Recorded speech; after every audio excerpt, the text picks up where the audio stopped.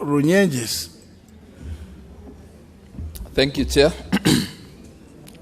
Thank you for the opportunity to contribute to this very important bill. And from the onset, Mr. Speaker, I would like to state that I represent a constituency that has many small-scale tea growers and that has 2 tea factories that are very well doing and produce very good tea for local and international market. As I say so, Mr. Speaker, it is good that I confirm to you I am also a small-scale tea farmer. But the truth of the matter, Mr. Speaker, is that most of our farmers do not earn good returns for so much work that they do. So I welcome this idea of establishing a Tea Board of Kenya that will oversee the operations of tea sector in our country. Mr. Speaker, if you talk to the many tea farmers we have in our country, especially the small scale, we have around 700 of them. They will tell you that there is a problem at the way leaders or directors are elected in our factories, and that we have many requirements that do not give an opportunity for the best people to be in charge of the operations of tea in many factories.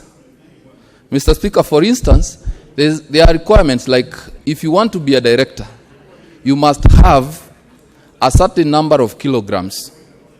And you find that, Mr. Speaker, some people are not very lucky to have huge tracts of land, and therefore they cannot produce as many kilograms as others.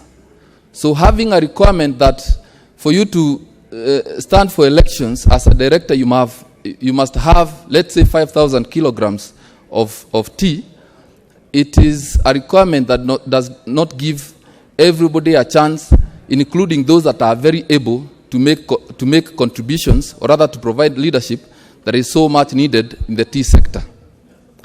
Mr. Speaker, as we support the establishment of the Tea Board of Kenya, it is good that we also note that our farmers would like a situation whereby one farmer, or rather one man, has one vote, as opposed to the current situation, whereby some farmers have more stake in the voting process that is not actually so open, because currently one farmer has an opportunity to vote in advance and has more shares, and so does not give those farmers, those other farmers, an opportunity to vote for the leaders that they want.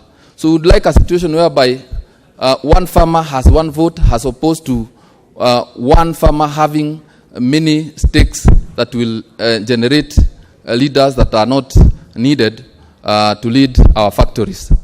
So I support the idea of establishing Tea Board of Kenya, but at the same time indicate to you, Mr. Speaker, that the tea farmer is one of the most taxed farmer in the country. We have as many as 36 forms of taxes and other charges that are pushed down to the farmer, and the farmer is left without so much income.